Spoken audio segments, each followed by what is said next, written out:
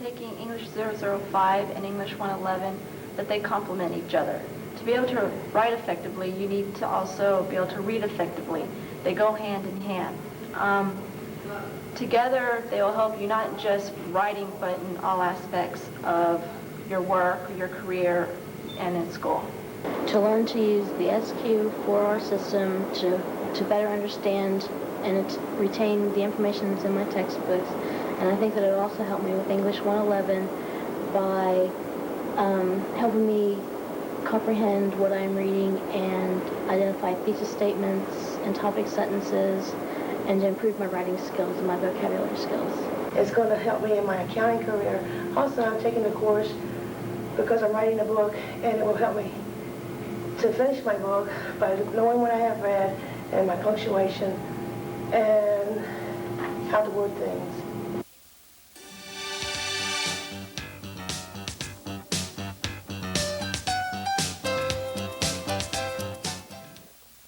Good afternoon and welcome to the first teleconference sponsored by the Virginia Community College System Conference on Reading.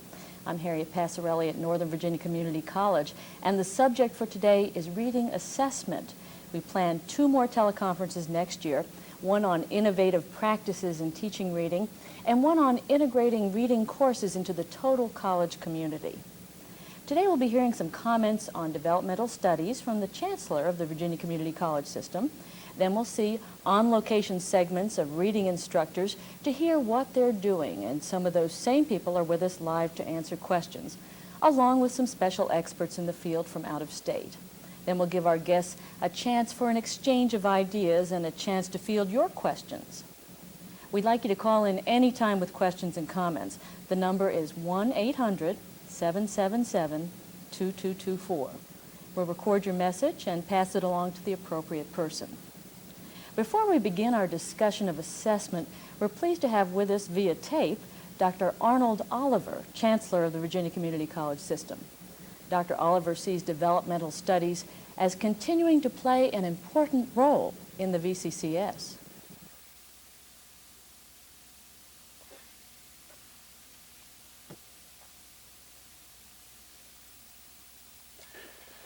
It's wonderful to be with the reading teachers of the Virginia Community College System today. I want to start off by saying that, first of all, this is not Dan Rather. Everyone has given me instructions to sit on my jacket so that my jacket doesn't roll, to be sure to look at the camera and not to look at my notes. And you can tell that I'm very practiced at doing all of this. This is an important conference. The VCCS Conference on Reading is what we are certainly about as an institution, as a community college system. It makes a very powerful statement about what we do. We're practitioners, we're researchers, we're educational thinkers. My congratulations to Nancy Hoagland as the project director for this program, and to members of the advisory committee, in particular Kathy Simpson from my old stomping grounds at the Manassas campus. Congratulations on putting a program together of this sort.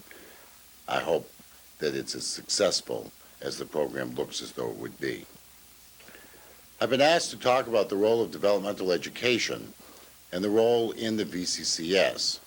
Obviously, for 25 years, developmental education has been critical to what we're about as a community college. We believed in the open door policy. We believed that any student who could profit by an education at the community college system should attend. We would take them where they are educationally, and we would ready them to go into our programs, matriculate into various kinds of curricula, and then graduate from our colleges. I think that we've had a tremendous success in those areas. But today, 1993, is different from 1967. We're hearing all kinds of different issues, calling into question what community colleges have done, their impact on higher education, and how much they have helped or not helped students across the nation. The recent Ford Foundation report calls into question a number of things that are involved with community colleges and suggesting, based on what I would consider a very poor study, that states that have strong community college systems produce fewer minority graduates than states that have weak community college systems. I think we've all been firmly made aware of the kinds of controversies, even within Virginia, about remedial education. Whether or not senior institutions, four-year colleges and universities ought to be involved in developmental studies. What do I see on that particular issue in the future? I think we will continue to see senior institutions, universities involved in developmental education. They'll be involved in it in different ways, and it will range from the University of Virginia to Virginia Commonwealth University, Virginia Tech, Norfolk State, many, many institutions. Many of these developmental programs will be non-credit, but they recognize the same thing that we recognize, that one course, one or two courses can make the difference in the success of a student's career at that institution, and they will continue to do what's important for those students. Clearly, State Council and the senior institutions expect that the community colleges will carry the bulk of the responsibility for developmental studies. I'm pleased with that responsibility, and we take that responsibility on willingly, sincerely, and I think we will do well and deliver those programs most efficaciously and with the highest impact possible on the students in those programs. But we have some very serious issues that we have to deal with. Our assessment data from developmental studies programs is clearly not fully developed. We have issues related to developmental studies. We know that in many of our programs, we have extremely high attrition rates in developmental studies. We take huge groups of students into our programs, and yet we have much smaller groups matriculate into our various curricula. We know that there are students that go through our developmental studies programs and succeed beautifully in programs into which they matriculate. We also know that students that apparently need developmental studies that somehow slip through our registration process and register for a regular program succeed in that program without the developmental studies. And we also are keenly aware that students who go through our full developmental studies program matriculate into a regular curriculum, and there are a group of students that have difficulty and they don't succeed in those programs. Developmental studies poses issues of research that are very different from the issues of research that we find in our regular curriculum. My criticism is not of faculty. My criticism is not of the kinds of developmental studies curricula that we put together. My criticism is simply that we should have been doing research, that we should have been analyzing our programs to a far greater extent 10 and 15 years ago than we were, and now we must undertake that today in 1993. I'm optimistic about the kinds of results that research will develop into. The kinds of results that it can develop into are, if we develop good predictors of what student success is, the kinds of students that we deal with most effectively, the kinds of students that we deal with most ineffectively, and what resources we need, what changes we need to make those students successful, then we have a real hope of impacting the kinds of curriculum and the kinds of developmental studies that we put together. It seems to me that what we're about is improving student learning. It seems to me what we're about in our enterprise is taking students where they are and putting them, giving them the skills so that we can then put them in a regular curriculum. What can come out of these kinds of research programs where we take a very careful look at our students, we look at the student cohort in developmental studies, and we look at them in longitudinal studies, as we track them through 2 and 3 and 4 years. I think that some of the things that can come out of it is we can make some very clear decisions of how many resources we need to apply to developmental studies beyond what we're already applying. I've always had a serious doubt that we apply enough resources, enough support resources to the frontline faculty that are in the classrooms teaching developmental studies. When I was at the Manassas campus of Northern Virginia, I taught some developmental studies courses.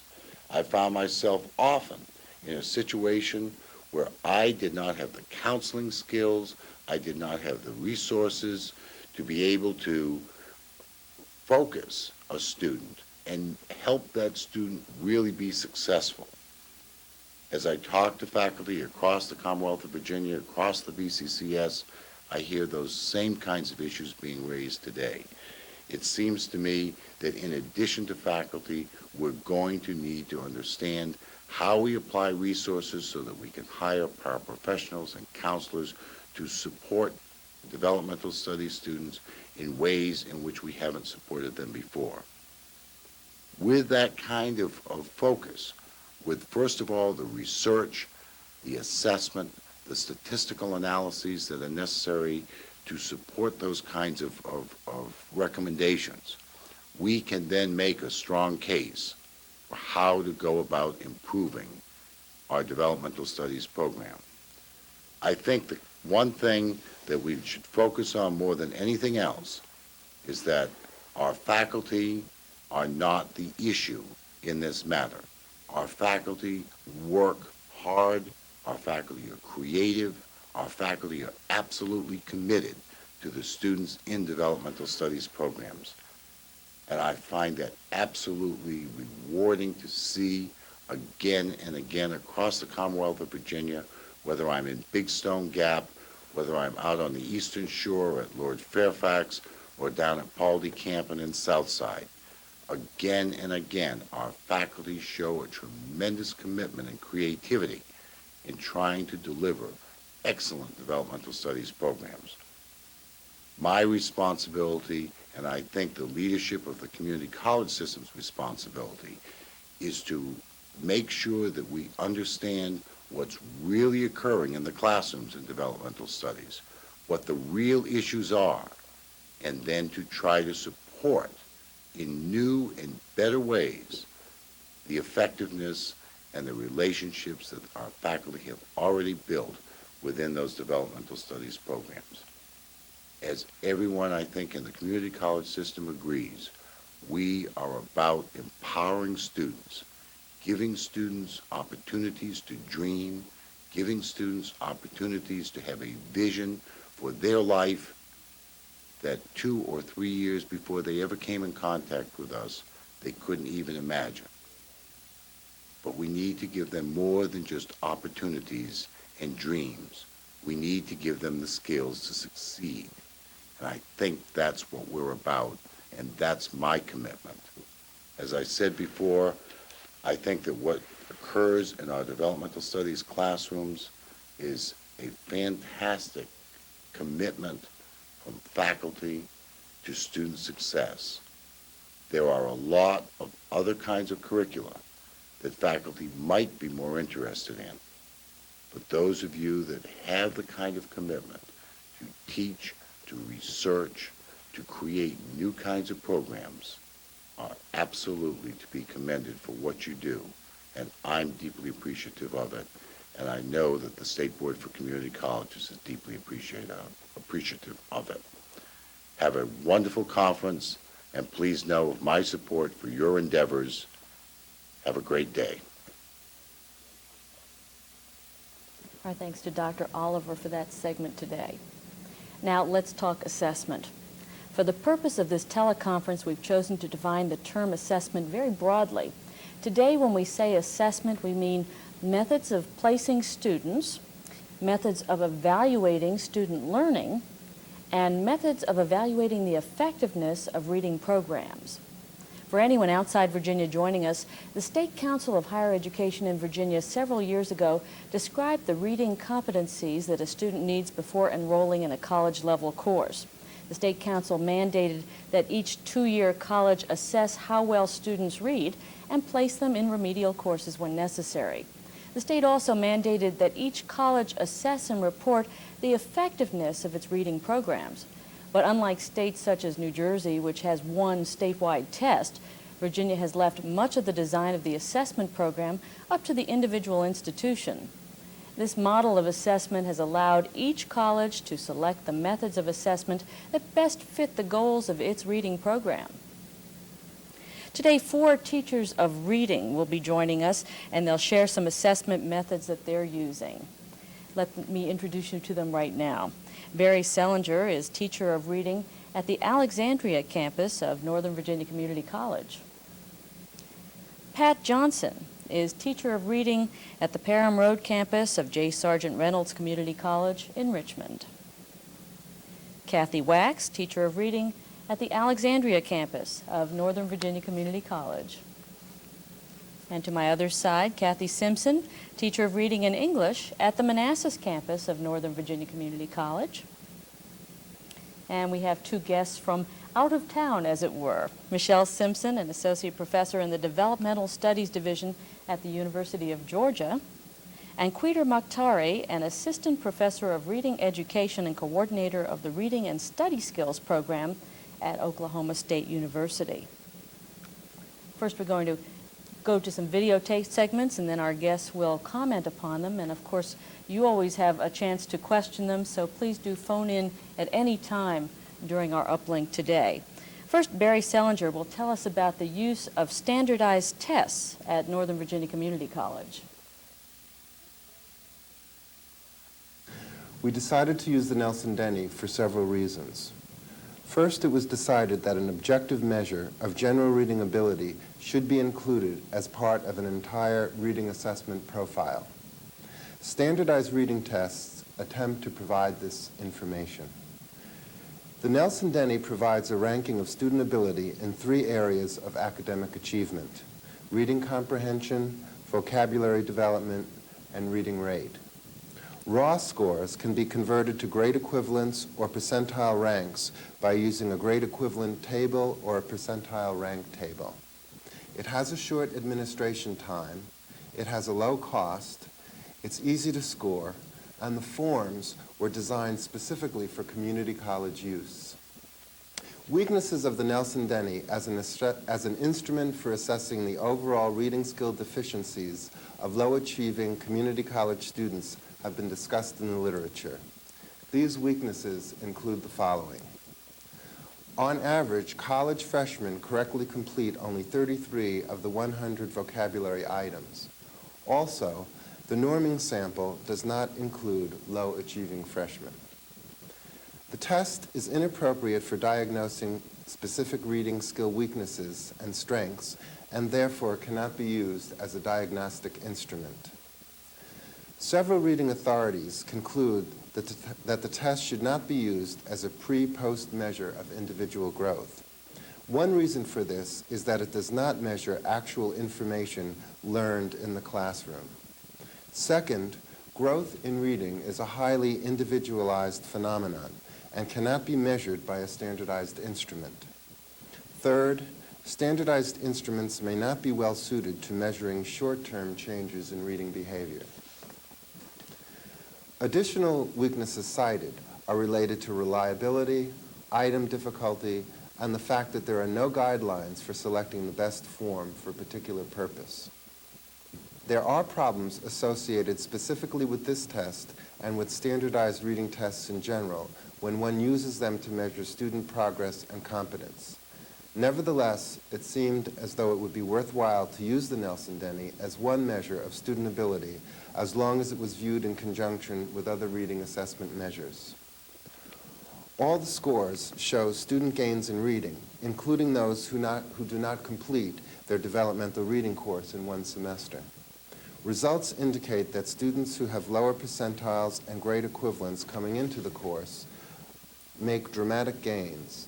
but not enough to meet the minimum competencies that indicate an ability to be successful in college work.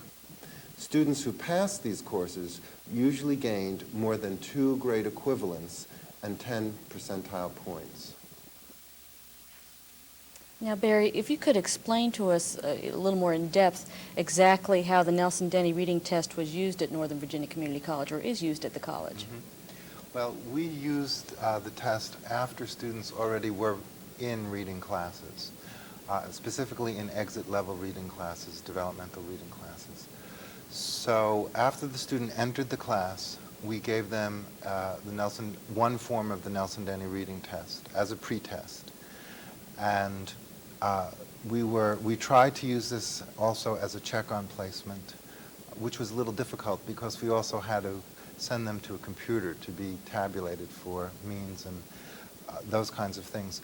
But we were able to either get a very quick turnaround time and get the official scores back so that teachers could check on their students, or some teachers actually hand scored the tests before they sent them over to the assessment office.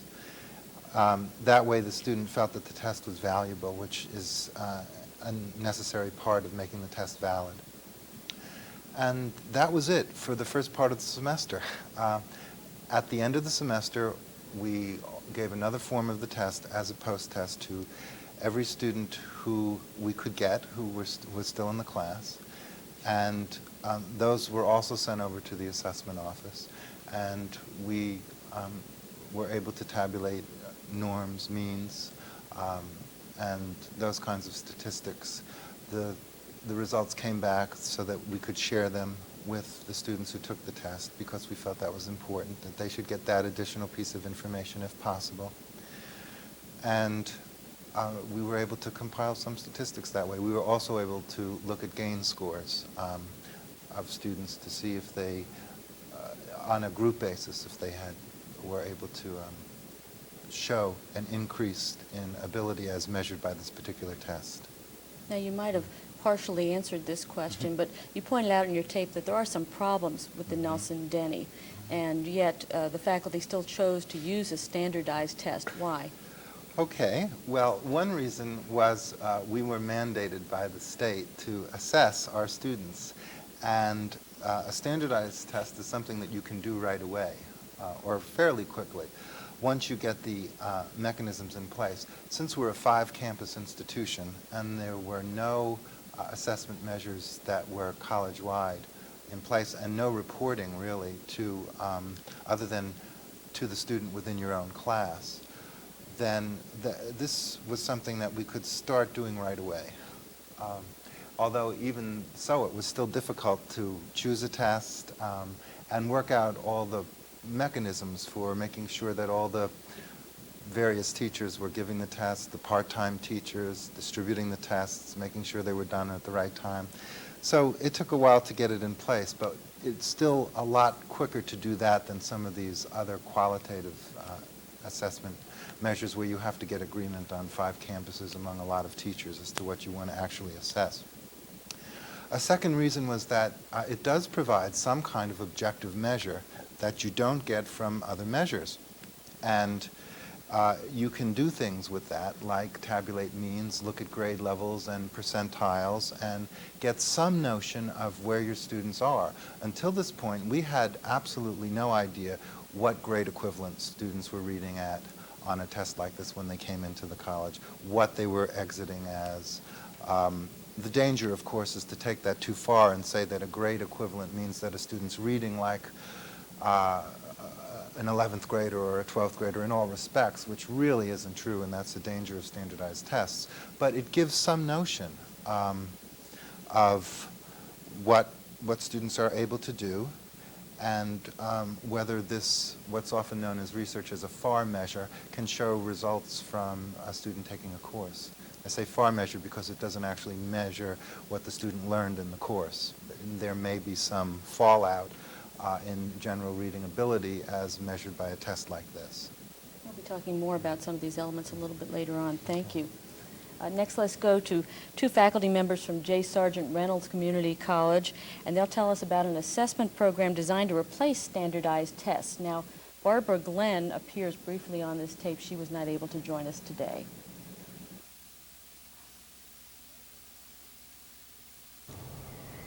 We've been developing a portfolio process at J. Sargent Reynolds for use in our developmental reading classes over the past 2 years. This project is a collaborative effort among full-time and adjunct faculty across both of our main campuses. As we share our ideas today about portfolio assessment, we want to emphasize that we are continuing to refine our model and that we've not yet completed a real formal implementation of our portfolio process with a formal summary of the outcomes from that form of assessment. Our decision to use the portfolio process comes from our desire to replace the use of time, standardized tests as the basis for grades and exit recommendations in developmental reading classes. If we're going to no longer use standardized tests, we of course have to replace them with some other structured, systematic process that can support several levels of assessment.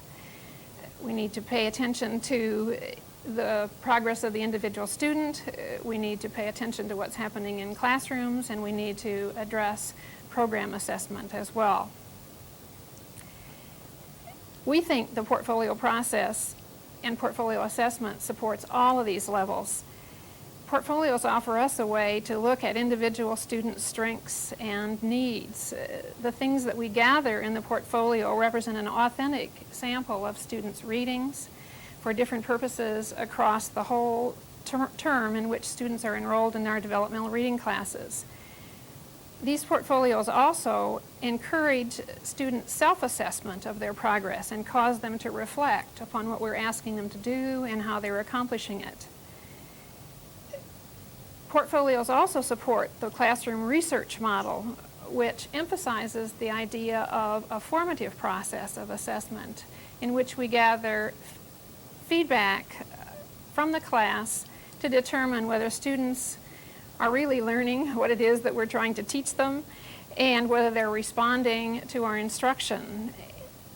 To do this kind of assessment in a formative way over the process of the course allows us to make instructional decisions and changes as the course unfolds. The final way that we hope to use portfolio assessment is to collect data for program assessment by providing a structured and systematic way for us to describe our students and for us to collect data across classes and across campuses. We hope to facilitate program development and professional development among ourselves and our adjunct faculty. Our portfolio process contains a number of different elements. Early in the semester, we try to gather a lot of information about our students, which we keep in their portfolios. We ask students to write autobiographical sketches. We ask students to write their goals and to rank them in terms of how they see those goals in terms of the difficulty of accomplishing them and in terms of their values, their personal values for those goals. As the semester moves on, we ask students about their perceptions of any changes that are occurring. At the 4th week of the term, we ask students to reflect upon the things that they have been learning and to tell us whether they see any changes in their reading. At the end of the course also, we expect students to reflect upon their progress and to see whether all of those objectives that we have established for the developmental reading course have been accomplished by the work of the semester.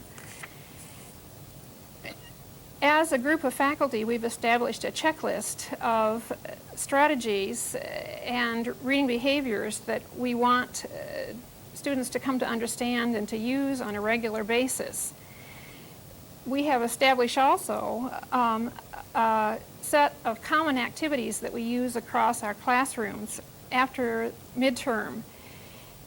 And we use these activities in conjunction with the checklist to try to make sure that students are making the progress that we hope for them to make in the developmental course. Students also select samples of their own coursework samples that they think are good examples of their ability to use the strategies of our checklist. We hold conferences with students at midterm and again at the end of the semester. Faculty meet with students in these conferences, bringing together their own anecdotal records plus the student-selected samples. And all of these materials allow us then to have a very broad base for determining whether students have met the objectives of the course and are ready to move from the developmental program. The criteria for evaluation that we have established lists that we ought to be able to see in successful students a high level of engagement in the class, evidence of a substantial change in their reading skills, an awareness that they understand that reading is a thinking process, an awareness that there are strategies that they can use that can help them to be better readers, and some evidence that they've internalized those strategies and are really independent in their use. We also expect that students perform within acceptable ranges on the assessment exercises that we have established as those common activities that we will use to implement our checklist criteria. Our use of these elements of the portfolio process provide us, we believe, a broad-based approach to seeing student performance and evaluating it. A base which we feel is an improvement upon the use of a single-time standardized test with an arbitrary cutoff which determines student success in our course. A standardized test which really represents perhaps an hour of students' reading rather than a full semester's work in a developmental course. Portfolios are so versatile that they can be used successfully with developmental students. Help students to incorporate prior knowledge and experience. Give faculty a working text for diagnostic instruction, while also serving as the bases for establishing other informal as well as formal measures of assessing reading and writing, and encourage more active student participation desired in student-centered classrooms. More importantly, portfolios permit the student as well as the instructor to evaluate progress. Pat, how do you think the students like using their portfolios versus some other method of assessment? We haven't put that question to them directly so that they're not in a position perhaps to really make that comparison since we've discontinued using the standardized tests in our classrooms for exit evaluation. But I guess if I answer that on the basis of my own observations and the observations of my colleagues, students tend to have a sense of powerlessness sometimes as they approach standardized testing. They don't expect to be successful. And if we realize that that belief plays out in very powerful ways in terms of their performance, and when we're looking at a final exam, that becomes a very difficult set of beliefs to overcome for a student. Sometimes that plays itself out even in terms of students just deliberately being absent for the testing process. We have not found that kind of a response in our portfolio process and in the interview process that we use at the end of the semester. Students are rather eager to participate in those interviews. We have almost, I would say, at least 90% participation in those exit interviews, which is a very heartening process. That is pretty good. Now, how else do you plan to use the portfolios for program evaluation?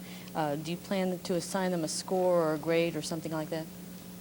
At the moment, we are really using it as a formative process, and in a sense, as faculty members, we're looking at our observations based upon our own classrooms, and we're sharing the kind of generalizations that we can make within our classrooms and comparing them across our classrooms. For example, we might be discovering that truly all of our students are not doing very well in their response to the text, the structure and organization of a text, and so that gives us clues to the kinds of things that we then can work on in terms of our instruction. And in that sense, I think that has a direct direct input upon program. We hope, however, to really develop a process that would be allow us to use a random sampling of portfolios with some sort of perhaps an evaluation structure in order to rank what we see in portfolios, and perhaps even focus upon individual characteristics, particular kinds of change that we're looking for, and look in a random sampling of the portfolios to see if it really is there. Interesting concept. We'll talk more about that later as well. Kathy Wax will now describe an attitude survey given at Northern Virginia Community College to developmental students.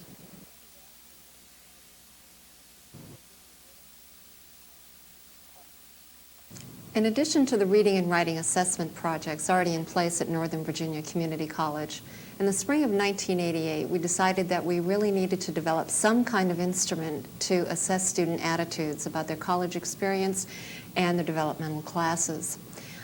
We know that student attitudes affects performance, and we also know that it affects the retention rate of students. So we wanted to develop some instrument that would help us to determine what exactly students were thinking and how they were feeling. We also needed to develop an instrument that could be used both in developmental English classes and English as a second language classes. On 2 of our campuses, we have a very large ESL population enrolled, and we wanted to make sure that we could somehow measure their attitudes along with their native speaker counterparts. We also wanted to develop a survey that was not too time-consuming. We wanted to make sure that we would have adequate participation to get the numbers in order to make a definitive statistical analysis. At first, we had a very limited sample. We developed some questions and tried it on a very few number of classes, and we also asked students to respond to the questions and to critique the original format. In the first 2 years, we tried this on a very limited basis and constantly refined the instrument and distributed it to a wider audience. Beginning with the fall of 1989, surveys were distributed to a very broad distribution. 2 surveys were given, one pre and one post. Questions were again reanalyzed in order to determine their effectiveness. For the past 2 years, surveys have been distributed to all developmental and ESL writing classes on all 5 campuses.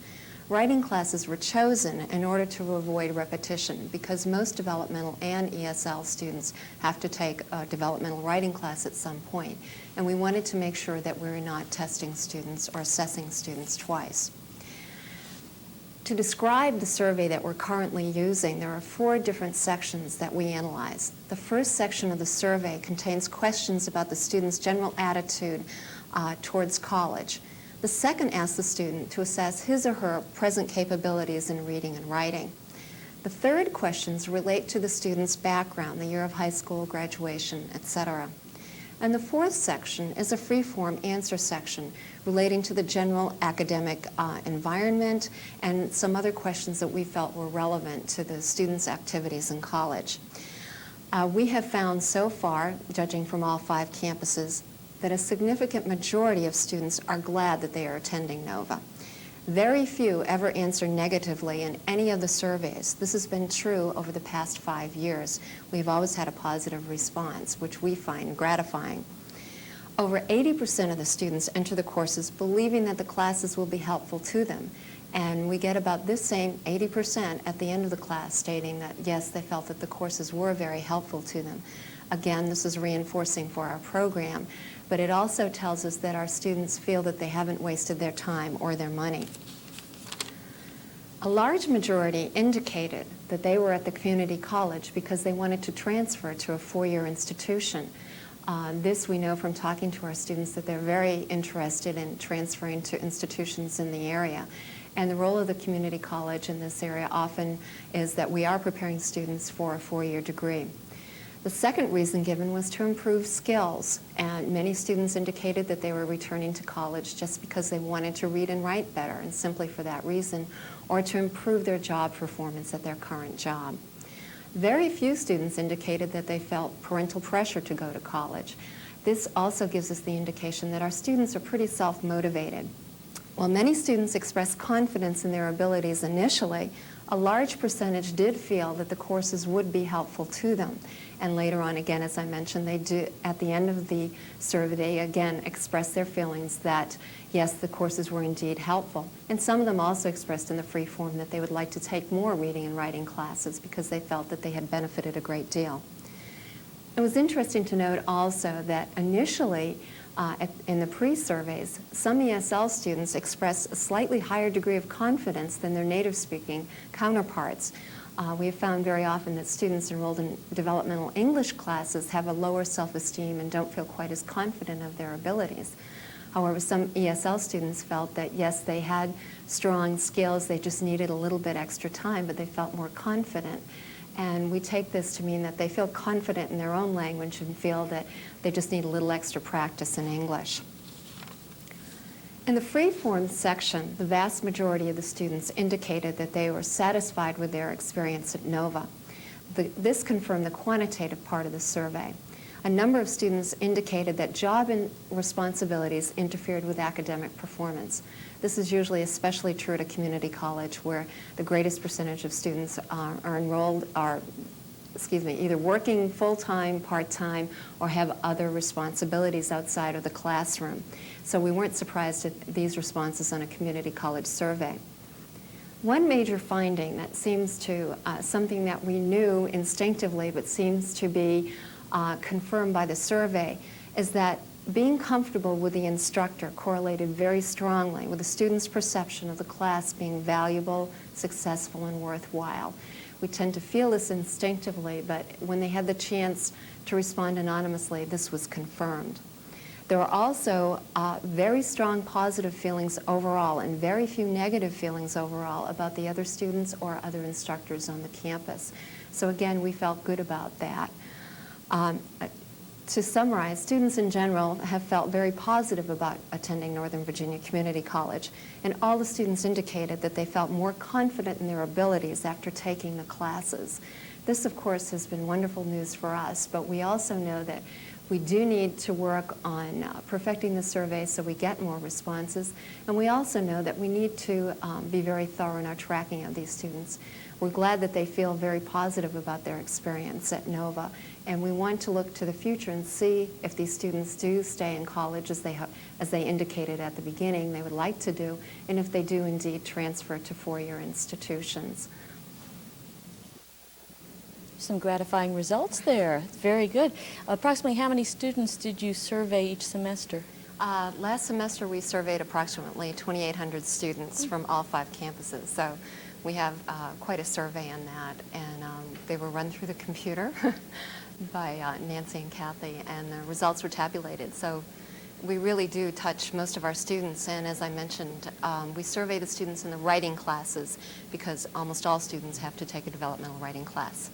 So that way we avoided the duplication. That's wonderful. Now, we did hear the results of the students. How does the faculty feel about this?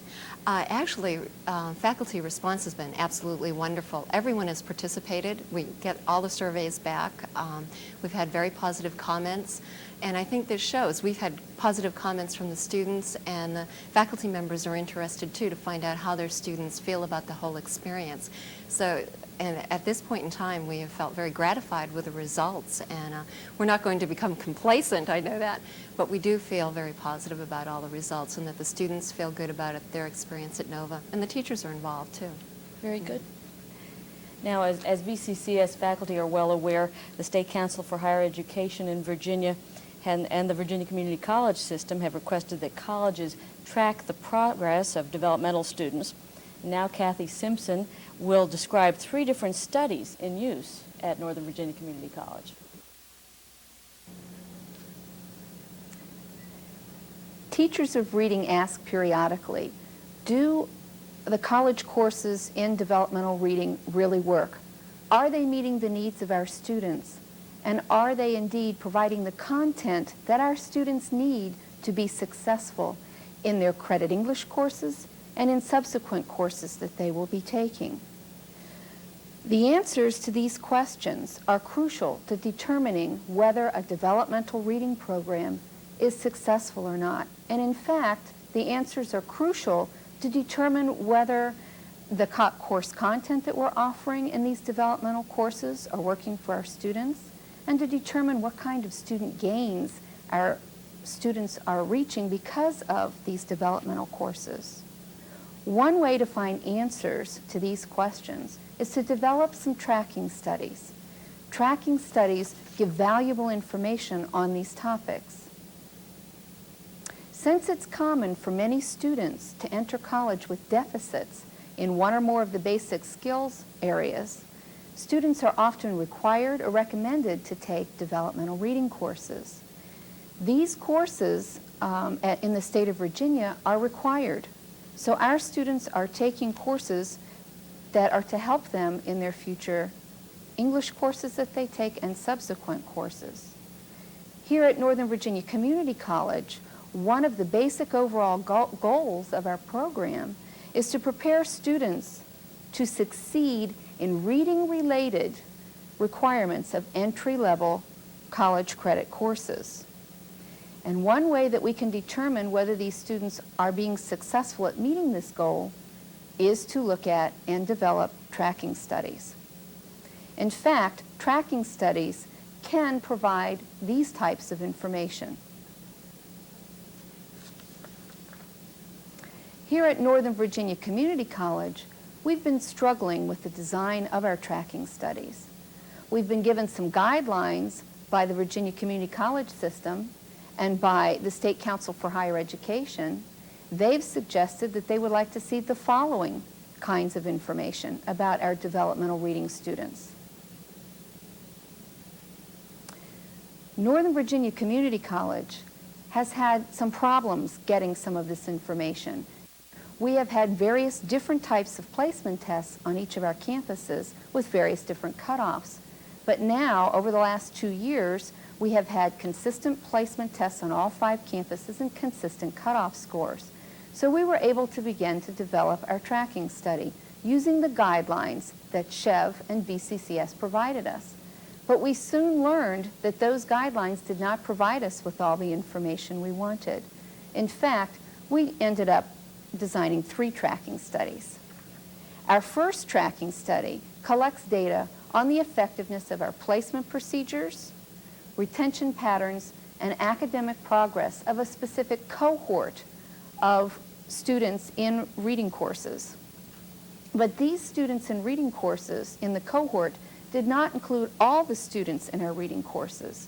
In fact, we designed a second study that would help us to track all students that were currently enrolled in our exit level developmental reading and ESL reading courses to see how well this entire population was doing.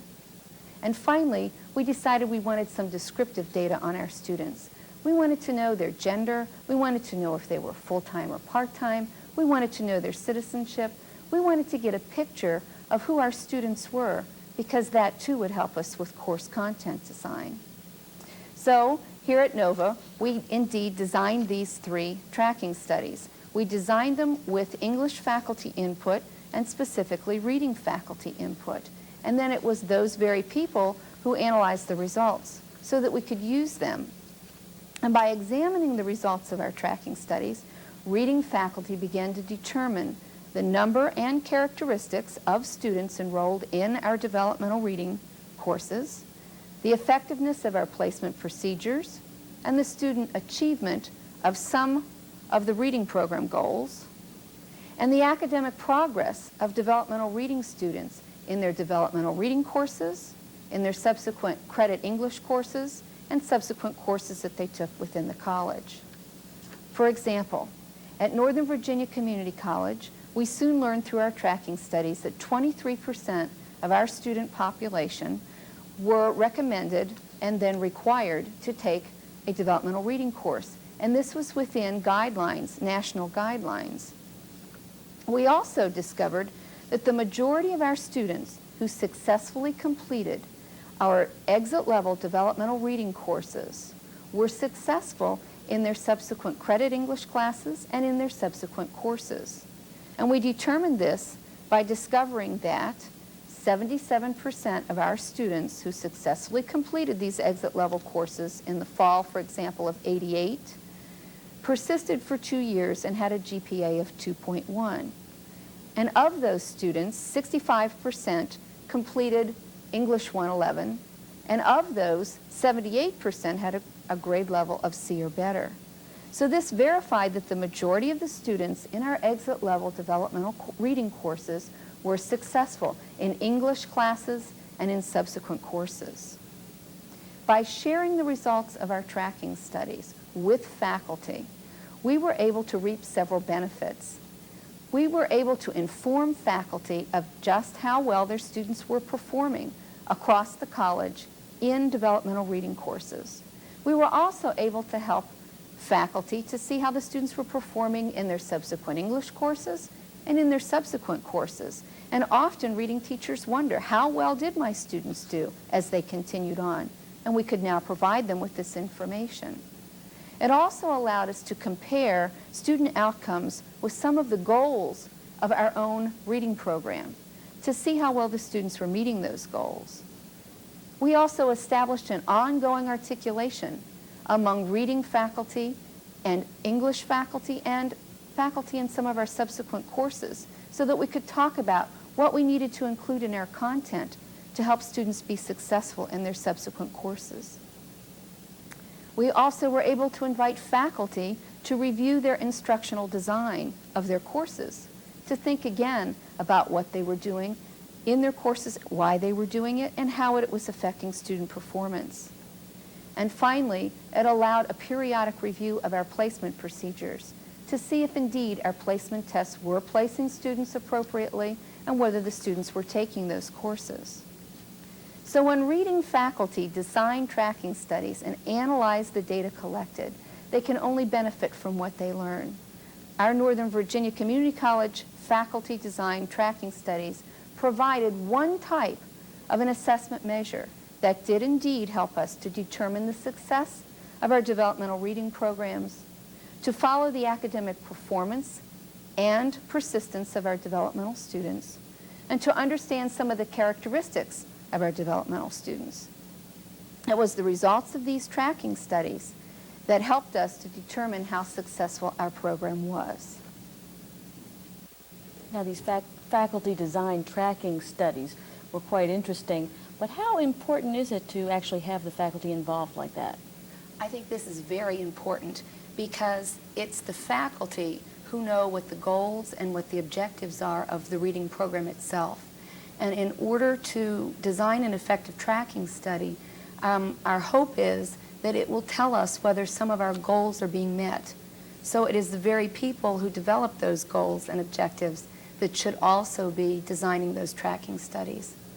And then in turn, when these tracking study results come back, it is the reading faculty that need to look at these to see how the results are impacting on the design of the program. Well, with that in mind, how has your program changed as a result of the studies themselves? Well, I can say one change that occurred was to review goals and objectives that we had for all levels. We have 2 levels of reading at developmental and 1 at college level. So the very first thing we decided to do was revisit our goals and objectives. A second thing that occurred is faculty engaged in an ongoing dialogue of exactly what kinds of assignments we were giving our students to attempt to meet the goals and objectives of the course. So that was very positive too. We were able to share ideas, and then eventually we decided collectively across 5 campuses that we wanted to pursue a portfolio approach to evaluation in addition to the other measures we have.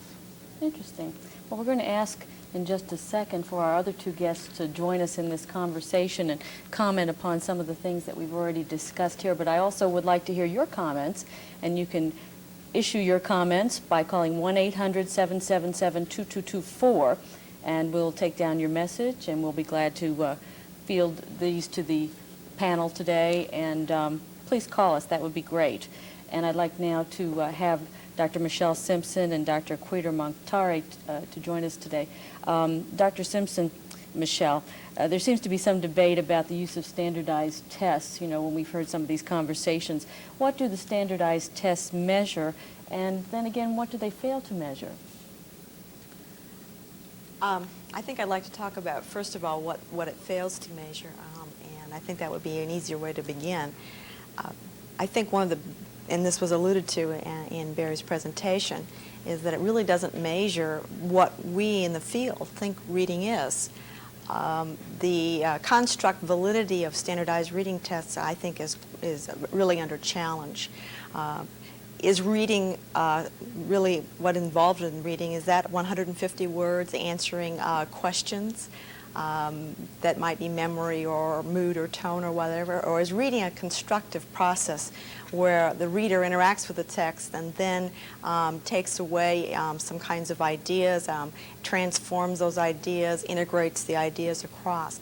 So I think that one of the problems with the standardized tests is that the construct validity of it is very low, and it doesn't really measure what we think reading is.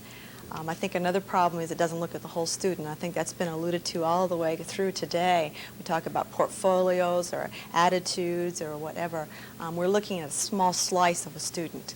And therefore, again, I think that that's a major flaw of the standardized test, besides the fact that it doesn't really look at what indeed we do as instructors with those students in terms of the attitudes and the interests and their background knowledge and their processing skills. In terms of what it does measure, I guess what it does is compare students. It compares students to a norm group, and you're hopeful that the norm group is somewhat representative. And many times it's not representative of the students that you're doing. So I guess it's a comparing kind of thing. It gives us a feeling of objectivity when really a grade equivalent is not a particularly scientific procedure, but it makes us feel comfortable in terms of that. For some of us who grew up strictly with standardized tests, it's very interesting to hear some of these comments and some of the alternatives available today. Quater, in the community college system, we're committed to serving large numbers of non-traditional students. Many of them are older, and some walk in and register a day or two before classes start. There's pressure to identify a placement test that could be administered easily and quickly to a large number of students. And if Nelson Denny is not the one we need to use, is there any test you can recommend? Well, the way I'd like to answer that question is first, before asking what placement test needs to be used quickly and efficiently, etc., I'd like to suggest that we answer three different questions that perhaps are going to help us around answer the question. One is, am I using the test correctly? Whatever test. There are many, many tests that are used that are on the market. Some of the research that we're familiar with tells us that, for example, just in one of the most recent studies that has been done by the Southern Regional Education Board has found that of all the developmental studies programs, approximately 120 tests were used in reading, writing, and math. Of those, 36 were in reading, and obviously the Nelson Denny was one of the first three. So we need to make sure that it's not so much what placement test shall I use, it's am I using it correctly? Am I using it in the way that it should be used? It was designed to be used. The other concern has to do with some of the comments that have been made earlier about the misuse, the possible misuse of test results, equating them to grade equivalents, the fact that they're not testing what we think reading is all about, etc. The second question, I think, before answering that question is to answer the question as to, is it really compatible with the decisions that teachers are making before selecting tests? In other words, put very simply, what do I want to test? How do I want to test it, and to what level? The extent of competency. And three, a topic that we agree, I think, on this particular concept, it really depends on the conception of reading that people have as far as what people need to, the kinds of skills that students need to develop. Again, going back to the research, if you look at national reports, A Nation at Risk and National Assessment of Educational Progress, they're telling us three main things. They're telling us that students in colleges are not able to think very well, are not able to solve problems. They're not able to communicate very well in writing. and they're not able to transfer the knowledge to the real world. These are the skills. And when we talk about skills, I want us to think about them in these terms, not in this traditional sense of skills based on the view of reading that believes that the process of becoming literate is essentially a set of discrete skills. That's not the interpretation of skills that I'm using here. And the other question that's related to this is, what is it that we want students to be able to do in the classroom? Now, they need to be able to read textbooks, they need to be able to write, they need to be able to think clearly, etc. These are the skills that I'm advocating. And as far as the placement test, the Nelson-Denny is a survey test. It's a norm referenced. It's a standardized test that's designed to give you a quick screening. I don't see any problem with it. The problem is, again, in addition to the concerns I brought up earlier, is that you need to use it in conjunction with other measures. Because we don't want to stop at the level of screening and placing students. We also want to go to perhaps a step further, diagnosing strengths and weaknesses, and perhaps go beyond that in terms of evaluating whether our assessment is indeed getting us information that's helping us down the road. Well, piggybacking on that, Michelle, let me ask you this. What other methods would you use in addition to the standardized test to place students? Yeah, and I need to emphasize that I agree that we need to use it in conjunction. In the state of Georgia, we have to use it, and so you're fortunate in Virginia. I think there's a lot of things that are involved in what we call authentic assessment or alternative assessment measures, and some of them have been alluded to today. I think the portfolio is one type of way you can go about doing that, the collection of students' work. I think that the collection of students' work, the students being involved in that, is important. I think that we need to give more credibility to students, our teacher observations of students. I think we downplay that. And I gather a lot of information from my teaching of the students, and I walk down the hall and I'm thinking, I should have done this and I will do this tomorrow. And I think that observations are very important. I think that the kind of feedback that we give to students' work is extremely important. Just the other day, I remember giving an assignment for students to what I call annotate a piece of text. Was on the 60s. And there was a section in there where the students had to read about the Cuban Missile Crisis. And when they annotate, they have to read and paraphrase and look for patterns in terms of organization.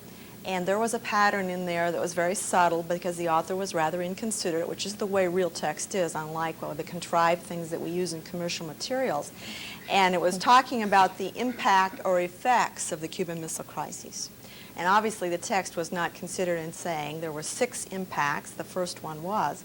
So as I talked to the students about their work, and after I had graded their work that night, I realized that most of them didn't even see this type of organization being played out.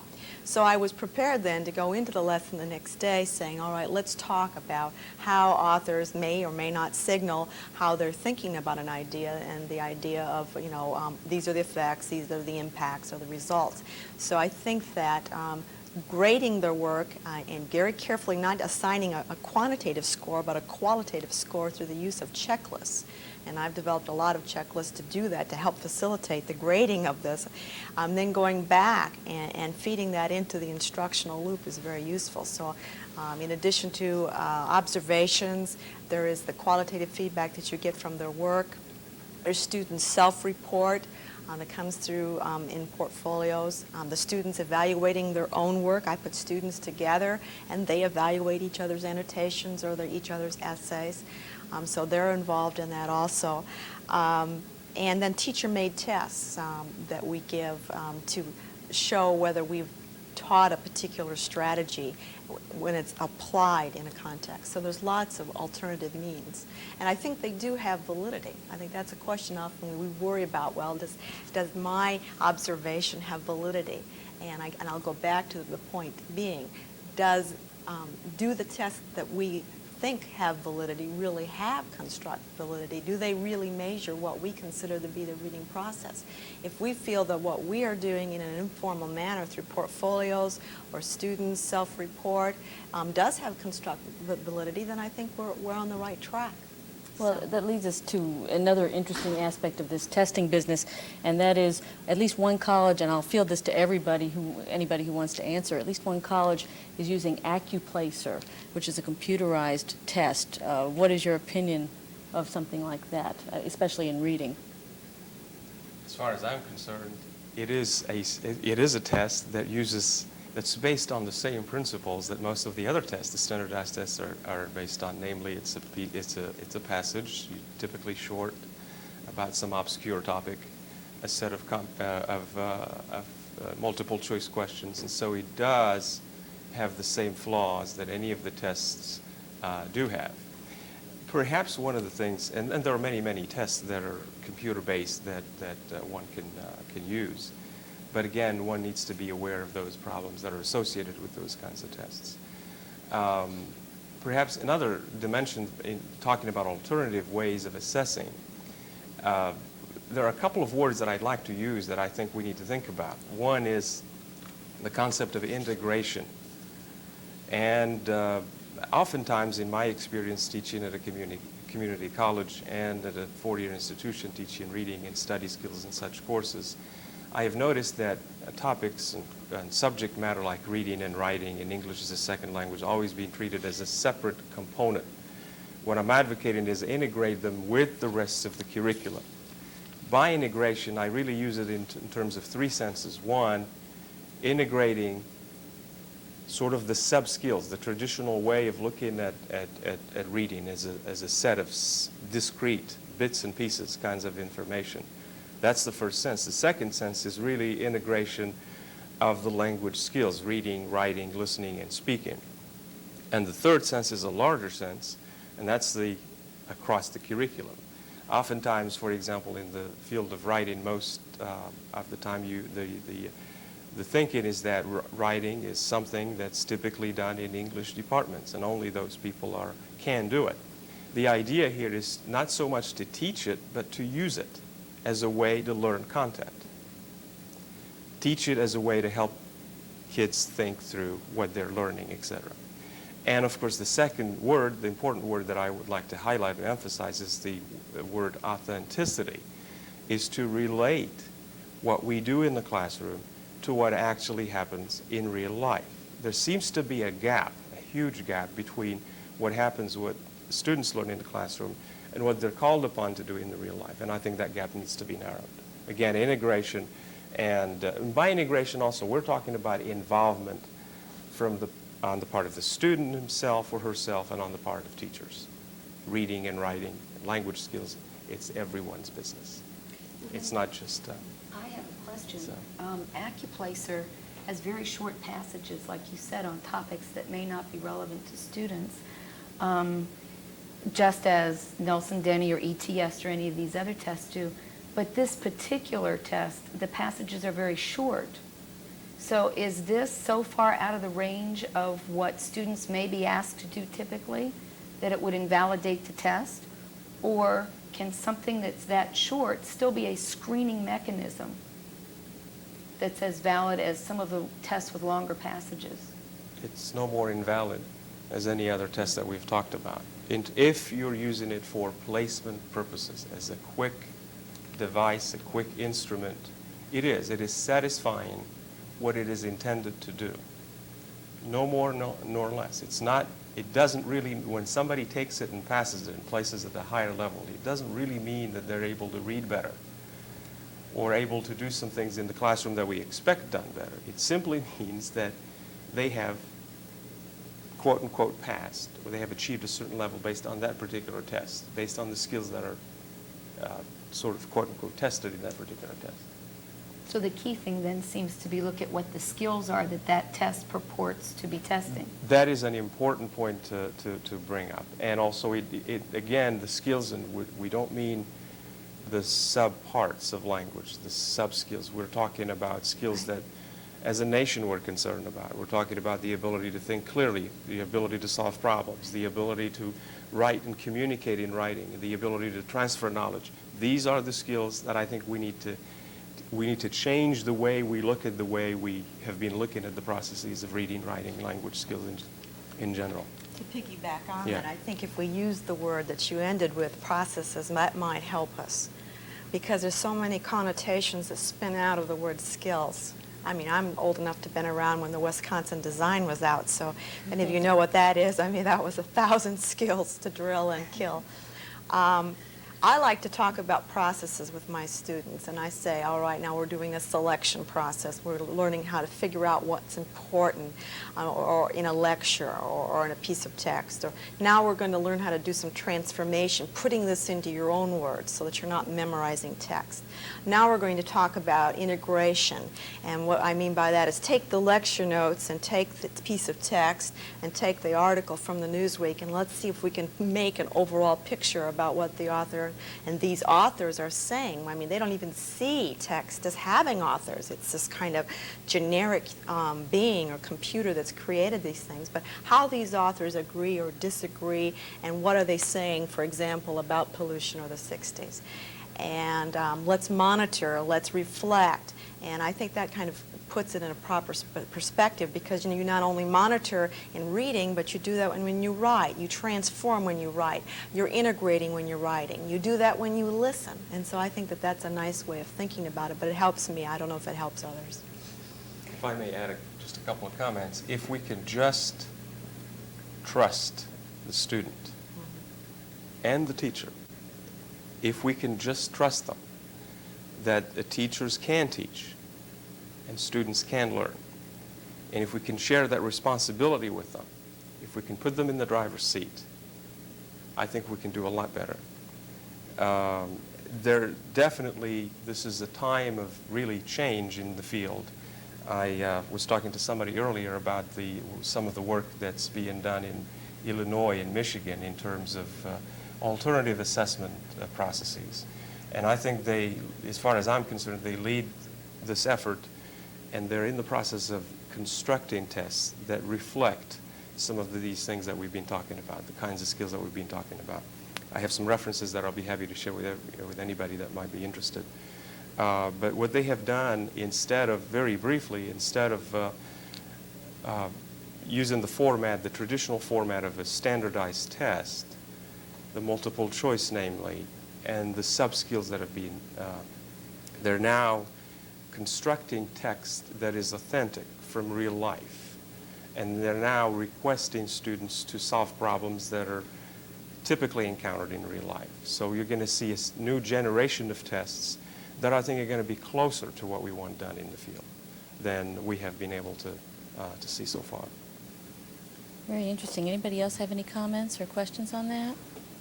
We do have a question from a viewer having nothing to do with that. However, going back to a few things that we talked about earlier with portfolios. And this question is from Northern Virginia Community College.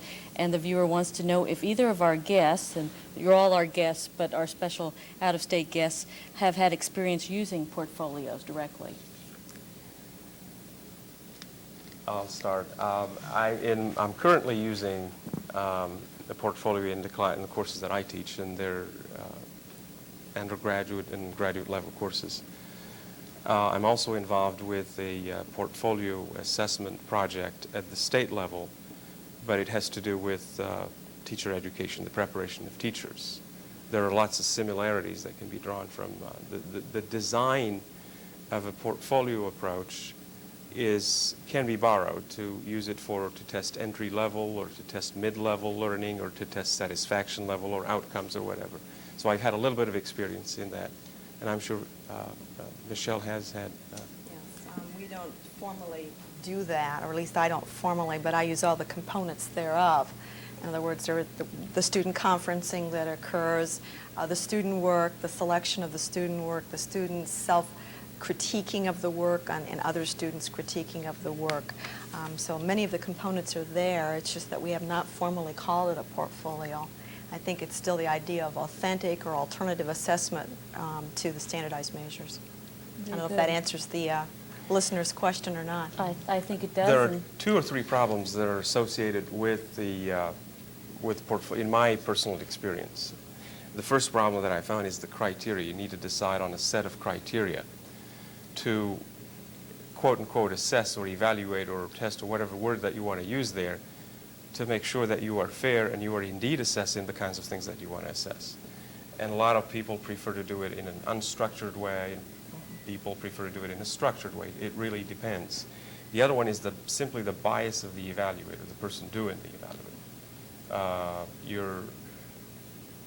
Oftentimes it's one person making those decisions, and you just simply cannot avoid that personal bias that gets in the picture. And oftentimes people tell me that they have had problems with maybe the work collected may not be representative of what the students can or cannot do or want to do. So these are three problems that I have noticed over the past year or so that people have seemed to report as far as use of portfolio. And perhaps the most important to me is really to come up with a set of criteria that are reasonable, that are going to give you some valid information, data that you can use then to make instructional decisions. Northern Virginia is in the process of a pilot portfolio project also. We want to acknowledge Pat and Barbara for all the work they did, because they were willing to share with us what they did, and that was very helpful to us. We had to start by grappling with what were our goals and objectives, because the tracking studies were helping us to define whether we were meeting our goals, but the objectives we were hoping the portfolio would help us with. And so we wanted to see what kinds of assignments we were already using in our courses, and use those assignments as part of the portfolio, giving the students multiple chances to work on summary writing or a study skills system or mapping. And then they would select the piece that they felt was their best work.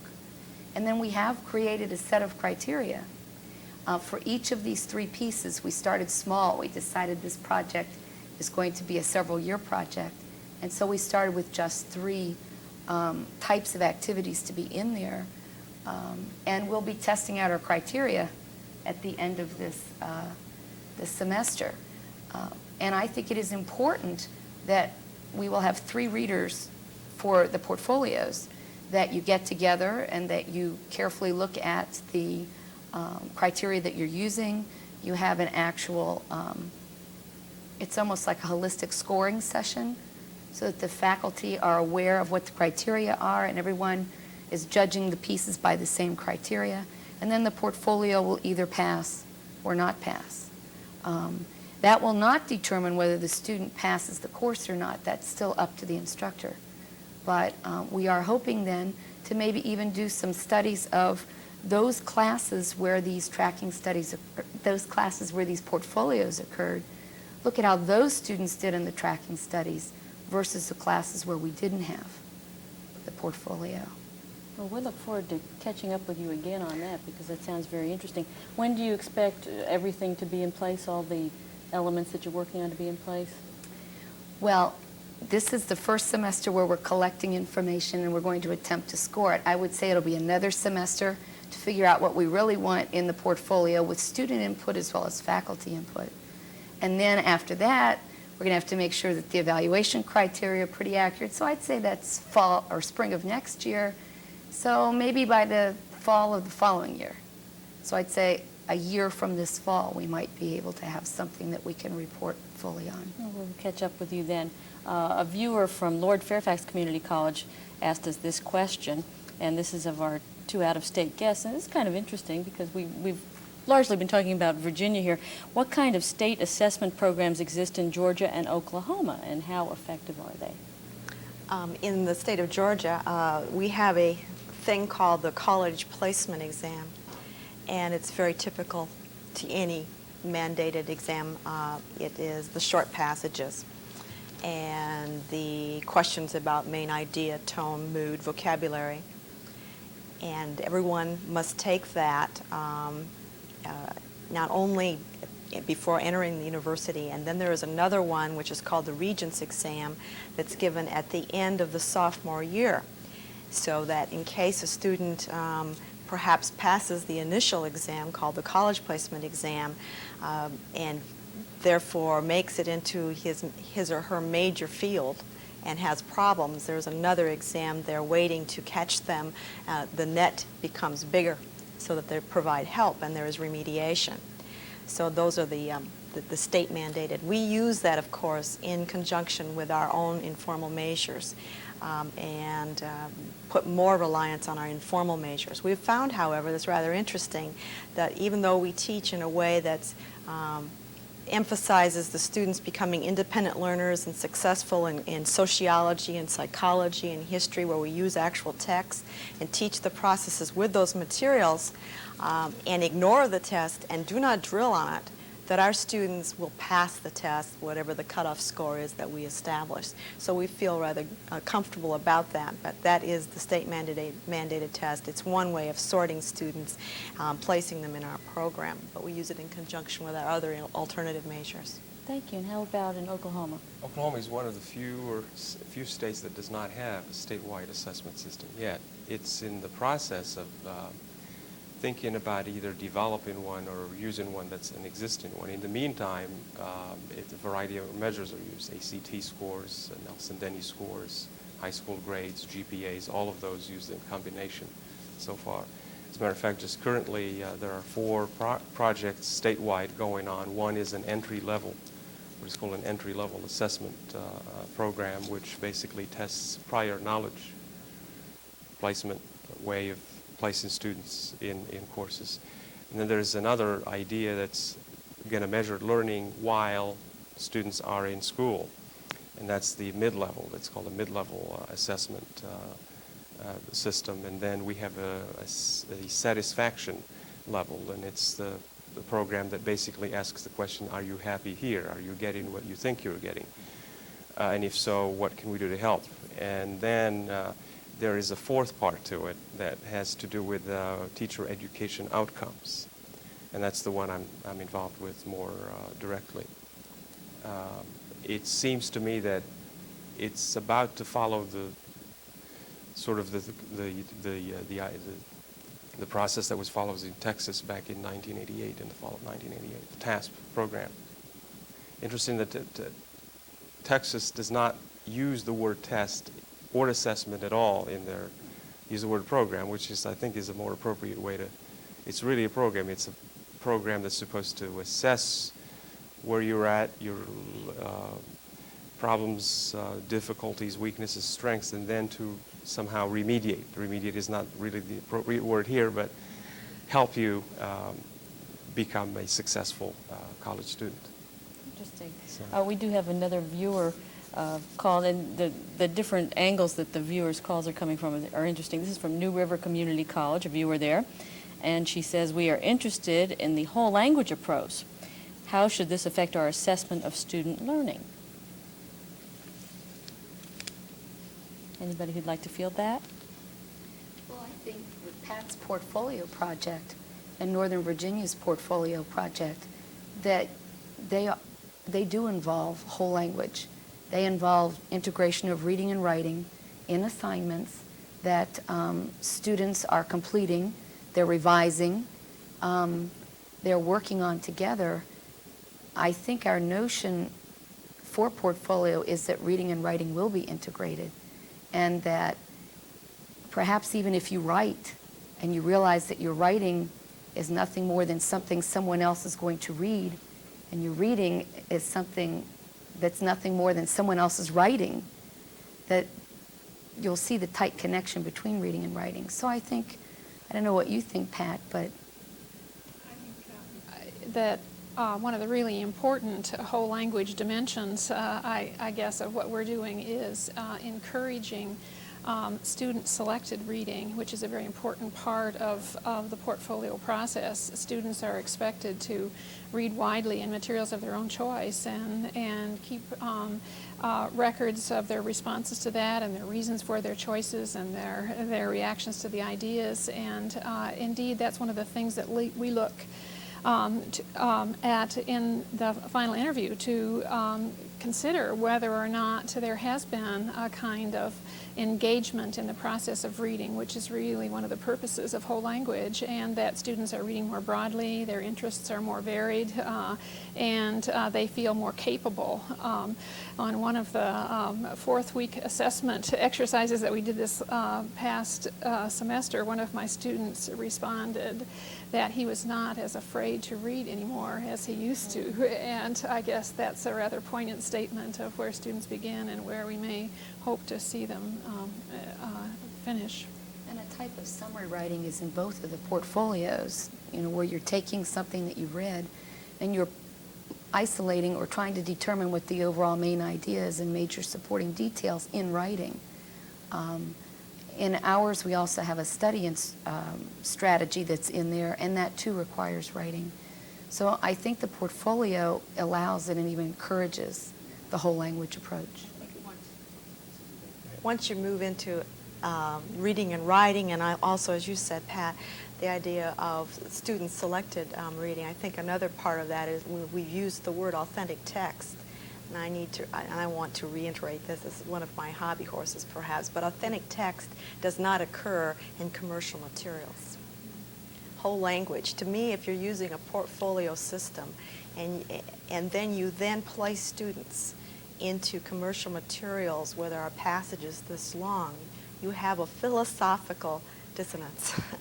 And I really am glad to see that people are having students read widely, and I would like to reiterate the idea that means expository text that's not considerate. It's the kind of thing that they will read in their classes. It might mean a Newsweek magazine or a U.S. News and World Report, but they're long pieces of text. And I think that's part of the idea of the whole language idea, is it's real text, not something that was contrived for purposes of practice. I think so far, just about everything we've talked about, perhaps with the exception of the standardized test, is in essence in support of the whole language philosophy. My understanding of it, we've mentioned two key words, authenticity and integration. I think they're key concepts in this philosophy. Another one is most whole language advocates believe that language is simply learned in the context of its use, rather than in isolation. And as I understand it, it really is it's a grassroots movement that involves students and teachers that, in my mind, in my opinion, is trying to suggest some changes in at least 5 different areas. Do we have time to? We have 1 minute left. Okay. These areas, very briefly, are obviously we've talked about the conception of what it means to be literate, of the process of reading. Number 2, the curriculum, where they're suggesting that we move from an isolated curriculum into an integrated curriculum. Number 3 is the materials. We need to move from controlled kinds of materials into a real-life type materials. And finally, assessment. And the words here are product versus process. By way of summarizing the conversation, this I think, is a way of summarizing some of the things we've talked about. I think it's a fine way of summarizing it, and I want to thank all of you for your contributions today, and from the state of Virginia, the great Commonwealth, and also outside of the state of Virginia. And thank you, viewers, for calling in your questions. Unfortunately, we did not get to each and every one of them, but we will on the next 2 teleconferences. Please fill out your evaluation forms that are in your folders and give them to your VCCS committee representative, your conference representative. And if you'd like more information, we're going to put that address on the screen, which is Nancy Hoagland's address at Northern Virginia Community College. And you can write to her for more information. I thank you all very much for being with us today, and we look forward to joining you next year for the other 2 conferences. Have a good afternoon.